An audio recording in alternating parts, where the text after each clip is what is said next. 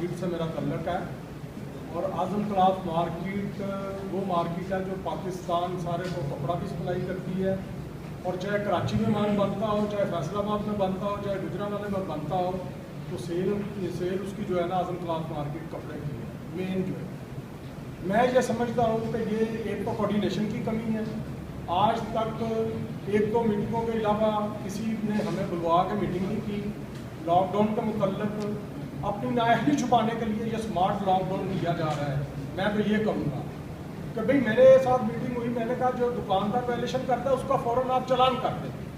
आपने कहा जी पब्लिक मुकामात पे जो बंदा बगैर मास्क के फिरे उसको पकड़ के या 2 दिन के लिए अंदर करते हैं या 1500 जुर्माना करते हैं।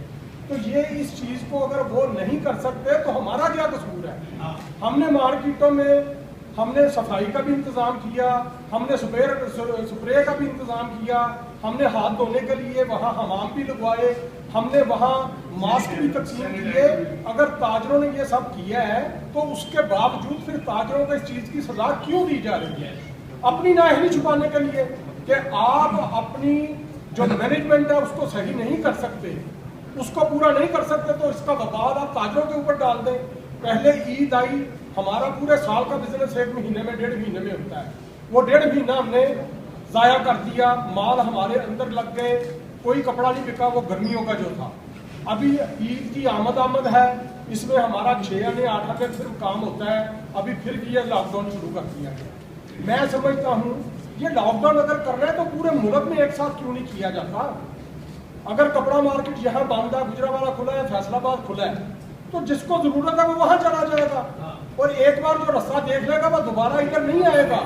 ये तो हमें बर्बाद करने की साजिश है। ये स्मार्ट लॉकडाउन, ये स्मार्ट लॉकडाउन नहीं है, ये हमारा मुआशी कत्ल है उन इलाकों का जहां वो अपने SOP पूरे नहीं करवा सकते। ये अपना वबाल हम पर डालने हैं। भाई मार्केट सुबह हम 10 बजे 11 बजे खोलते हैं, 7 बजे बंद कर देते हैं, हमारा क्या कसूर है? हमें बताया जाए वहां से कितने केस निकले हैं। अब अपनी नाअहली छुपाने के लिए हम पे बटन डाल रहे हैं और लाखों खानदानों को, लाखों लोगों को बेरोजगार कर रहे हैं। खुदारा ये लॉकडाउन इस तरह का लॉकडाउन ना करें। लॉकडाउन करना है तो मुकम्मल करते हैं। फिर यहाँ केस ज्यादा निकले हैं, भैया आप चालान करें, जो आप वायलेशन कर रहे हैं उसका करें। जो SOPs पर पूरा उतर रहा है उसका चालान नहीं बनता, उसका लॉकडाउन नहीं बनता। तो मैं समझता हूँ कि इनको होश के नाम लेने चाहिए। जब भी किसी इलाके में भी अगर इस तरह की नौबत आए तो पहले उनके साथ मुशावरत करनी चाहिए, उनको बुलवा के उनसे पूछना चाहिए कि आपकी मार्केट में ये सूरत हाल है, आप लोग किस तरह हमारे साथ तामन कर सकते हैं। अगर वो तामन ना करें फिर लॉकडाउन बनता है। हम तामन कर रहे हैं, हम SOPs पर अमल कर रहे हैं, उसके बावजूद हमारा मुआशी कत्ल क्यों? हम तो ये पूछना चाहते हैं और हम आपके पास इसलिए आए हैं ताकि आप हमारी आवाज़ तक पहुँचाएँ। जितने पाकिस्तान में ताजर मजबूर हो चुके हैं, लेकिन जब बगावत होती है तो फिर ऐसे ही होती है।